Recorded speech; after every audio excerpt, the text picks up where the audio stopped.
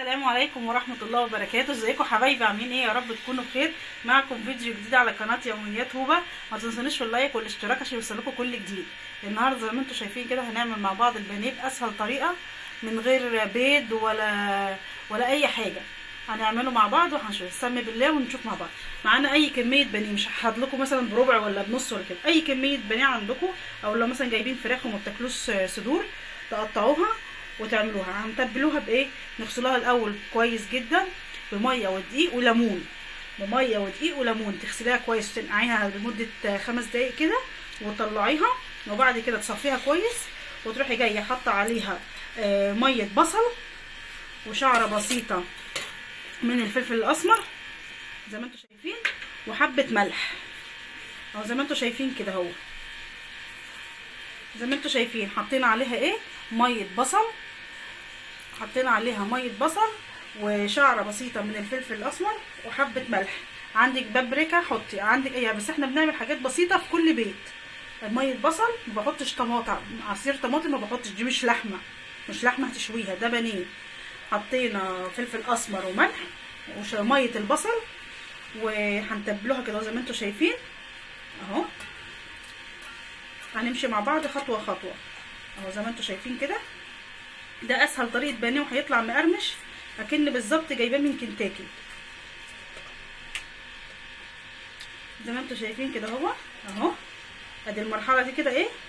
وهنحط معاها شعره بسيطه من الليمون او الخل، معلقه بسيطه ليمون او خل زي ما انتم شايفين اهو.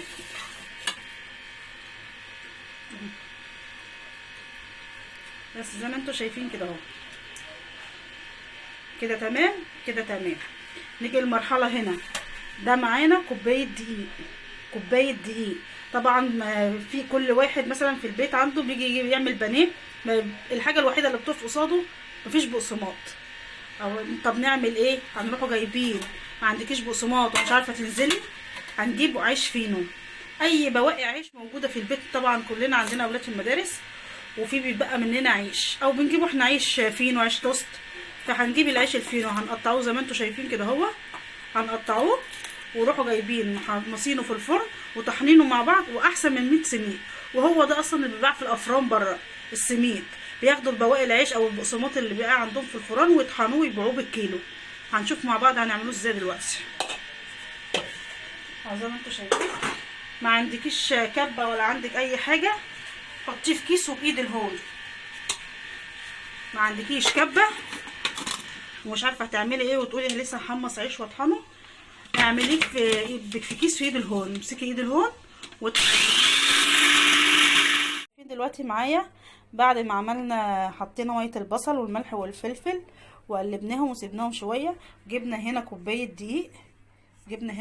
دقيق، حطينا فيها رشه ملح، وحطينا فيها شطه حسب الرغبه. لو حد بيحبه سبايسي يحط فيه شطه. وهنعمله ايه دلوقتي؟ هنحطه نص كوبايه ميه زي ما انتم شايفين كده اهو. هنقلب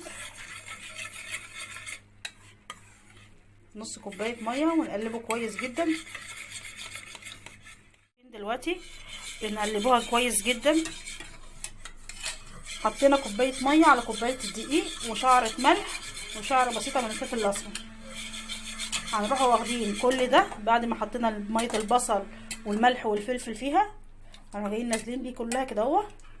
لا استني، وراح جايين ايه مغطسينها كده فيه وسايبينها لمده ساعه.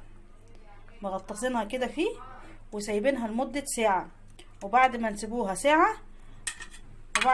ساعه هنرجع مع بعض واوريها لكم.